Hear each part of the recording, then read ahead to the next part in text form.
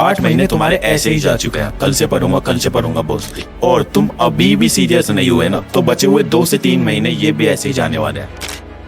Class 8 में तुम्हारे कितने भी मार्क्स आए हो, क्लास 9 में भी तुम्हारे कितने ही मार्क्स आए हो, लेकिन क्लास 10 में तुम्हारे आज तक के सबसे ज्यादा मार्क्स आ रहे होंगे अगर तुम इस टाइम टेबल को एकदम अच्छे से फॉलो करते हो।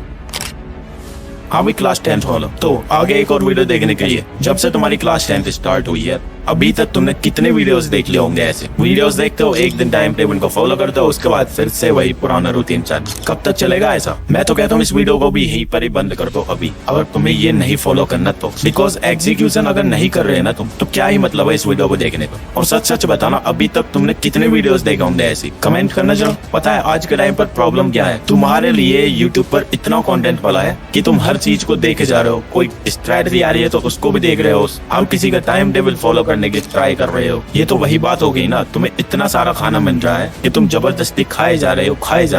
और ज्यादा खाना खाने से क्या हुआ कुछ पता है? ऐसा ही ज्यादा कंटेंट कंज्यूम करने से तुम्हारी प्रिपरेशन नहीं होने वाली थी, इसमें तुम्हारा ही टाइम वेस्ट हो रहा है। तो अभी सीरियस हो जाओ। अब अगर तुम इस टाइम टेबल को देख रहे हो तो इसको ही फॉलो करो बस। और अगर तुम्हें अपने तरीके से बनाना है तो अपने तरीके से बनाओ, ठीक है? तो टाइम टेबल से पहले 3 मस्ट डू थिंग्स जो तुम्हारे बॉडी, माइंड और टाइम के लिए बहुत ही ज्यादा हेल्पफुल होने वाली। अगर तुम इन पर ध्यान नहीं देते हो तो तुम्हारा टाइम टेबल फॉलो करने का कोई मतलब ही नहीं है। 1-2 दिन पढ़ोगे, उसके बाद फिर सब कुछ ऐसे ही नॉर्मल हो जाएगा। तो क्या है वो, आओ चलो बताता हूँ। तो मस्ट डू थिंग्स में याद सबसे पहले आता है तुम्हारा मील। अब इसमें यह है कि अगर तुम ज्यादा खाना खाओगे तो भी तुम्हें प्रॉब्लम होने वाली है, और कम खाना खाओगे तब भी प्रॉब्लम फेस कर रहे होगे। तुम्हारे साथ भी होता होगा, जब तुम खाना खा लेते होगे तो उसके बाद तुम्हें नींद आने लग जाती होगी। अब वो नींद आने का सिंपल रीजन है कि तुम ज्यादा खाना खाते हो। तो अब इसका सॉल्यूशन क्या है, आओ बताता हूँ। तो जैसा कि 3 टाइम का तुम्हारा खाना होता है, ब्रेकफास्ट, लंच, डिनर। तो मॉर्निंग में तुम हल्का खाना खाओगे, उसके बाद लंच में तुम हैवी मील यानी कि भरपेट खा सकते हो खाना, ठीक है? और फिर बात करें डिनर की, तो डिनर में तुम फिर लाइट मील लोगे। अब जैसे तुम रात को स्टडी करते हो ना, तो पहले तुम्हें डिनर के टाइम पर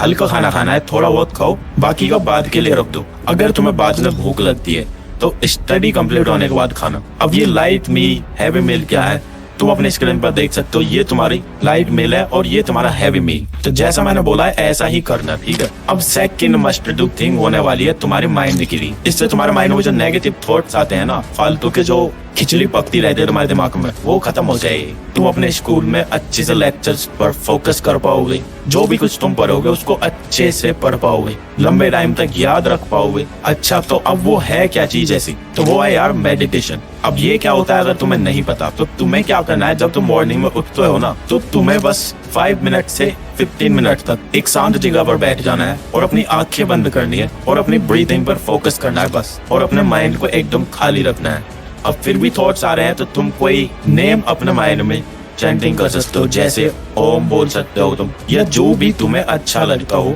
उसको तुम बार बार बोलोगे अपने माइंड में। और ये कुछ हेल्पफुल टेक्निक्स हैं मेडिटेशन करने के लिए अगर तुम बिगिनर हो तो, ठीक है? तो इनका स्क्रीनशॉट ले लेना, बाद में देख लेना अच्छे से। तो बॉडी और माइंड की मैं बात कर चुका हूँ, अब बात करते हैं जहाँ तुम्हारा टाइम सबसे ज्यादा वेस्ट होता है। अब वो क्या चीज है? वो है तुम्हारे सोशल मीडिया। बिल्कुल सबसे बड़ा मेन रीजन ये तुम्हारा डिस्ट्रैक्शन का है। एक बार रील देखने के लिए बैठते हो तो तुम्हारे घंटे कैसे निकल जाते हैं पता भी नहीं चलता हो।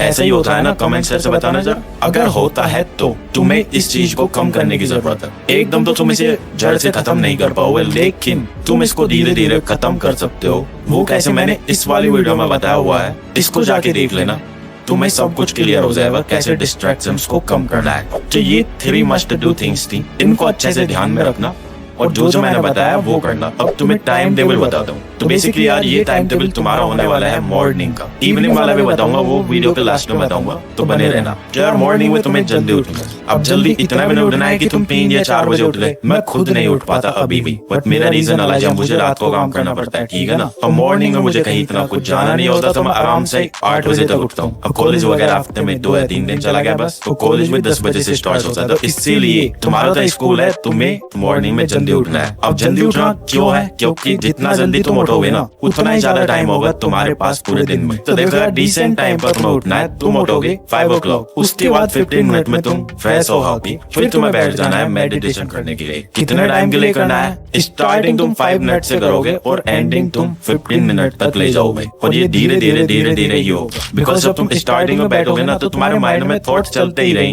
रहेंगे। तो ऐसी कोई लोड नहीं लेनी, बस आराम से शांति से बैठ जाना और बस खाली दिमाग रखना, ठीक है। जब तुम्हारा मेडिटेशन कंप्लीट हो जाता है तो उसके बाद तुम स्टडी करने के लिए बैठोगे। अब 5:30 से तुम 7 AM तक स्टडी करोगे। अब इस टाइम फ्रेम में कौन सा सब्जेक्ट पढ़ना है वो तुम खुद डिसाइड कर सकते हो। और अगर मेरा टाइम टेबल फॉलो करने वाले हो तो आगे बताऊंगा कौन सा सब्जेक्ट पढ़ना है। अब इसके बाद तुम्हारा स्कूल का टाइमिंग आ जाता है। अब मैंने स्कूल का टाइमिंग पूरा आने जाने का इंक्लूड करके 8 से 2 PM तक कर लिया है। 2 PM तक तुम अपने घर पर आ जाते हो। तो घर पे आने के बाद तुम्हें ब्रेक लेना है। अब इस ब्रेक में क्या करोगे तुम? इसमें तुम अपना लंच करोगे और थोड़ा बहुत रेस्ट लोगे। ये 30 मिनट का ब्रेक होने वाला है बस। अब ब्रेक के बाद फिर से तुम स्टडी करने के लिए बैठोगे, जिसमें तुम 2:30 से 4 PM तक स्टडी कर रहे होगे। कौन सा सब्जेक्ट पढ़ना है आगे बताऊंगा, ठीक है। अब तुम्हारा ट्यूशन का टाइम हो जाता है। मैंने ट्यूशन भी इंक्लूड कर दिया। और अगर तुम्हारा कोई ट्यूशन नहीं लगा हुआ तो और अच्छी बात है, तुम्हारे पास सेल्फ स्टडी के लिए और ज्यादा टाइम होगा। अब मैंने तुम्हारा ट्यूशन मान लिया है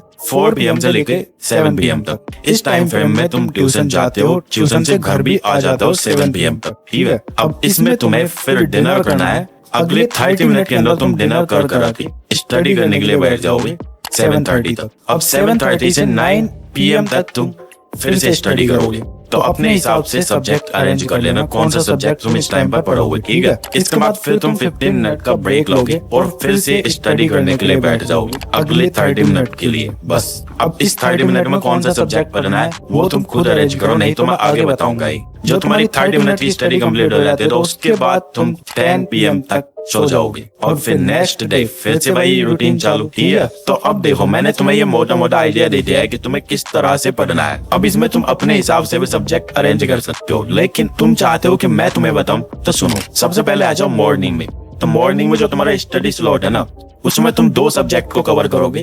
30 मिनट के लिए तुम हिंदी पढ़ोगे और 1 आवर के लिए तुम SST को पढ़ रहे होगे। अब ऐसा क्यों? बिकॉज ये तुम्हारे थ्योरी वाले सब्जेक्ट है। तो मॉर्निंग के टाइम पे पढ़ोगे तो तुम्हें ज्यादा टाइम तक याद रहेंगे, ठीक है। तो मॉर्निंग में तुम्हारे 2 सब्जेक्ट कवर हो जाएंगे इजिली। इसके बाद बात आती है आफ्टरनून में। तो आफ्टरनून के लिए यार तुम मैथ्स को उठाओगे, उसको पढ़ोगे। बिकॉज आफ्टरनून में तुम्हारे यार ऐसा टाइम होता है जहां पर तुम्हें नींद आती है ना। अब उस नींद को भगाने के लिए तुम्हें पेन पेपर लेकर बैठना है, जिसमें तुम्हारा कॉपी पर पेन चलता रहना चाहिए। अब कॉपी पर पेन चलाना है तो मैथ्स को उठाओ, फिर बैठो और क्वेश्चंस को सॉल्व करो। अगर तुम्हें मैथ्स बिल्कुल भी समझ नहीं आ रही कैसे पढ़ना है तो ये वाली वीडियो जाके देख लेना, मैंने तुम्हारे लिए ही बनाई थी, ठीक है। अब बात करते हैं नाइट की। तो नाइट में जब तुम पढ़ने के लिए बैठे हो ना डिनर के बाद, तो उस टाइम पर तुम साइंस को पढ़ रहे होगे। अब इस टाइम पर साइंस को क्यों रखा उसका कोई लॉजिक नहीं है। ये टाइम तुम्हारा बच गया है तो इसमें तुम साइंस को पढ़ोगे बस। अब साइंस भी तुम्हें बिल्कुल समझ नहीं आती तो इसके लिए भी मैंने ये वाली वीडियो अपलोड की है, इसको भी तुम जाके देख सकते हो,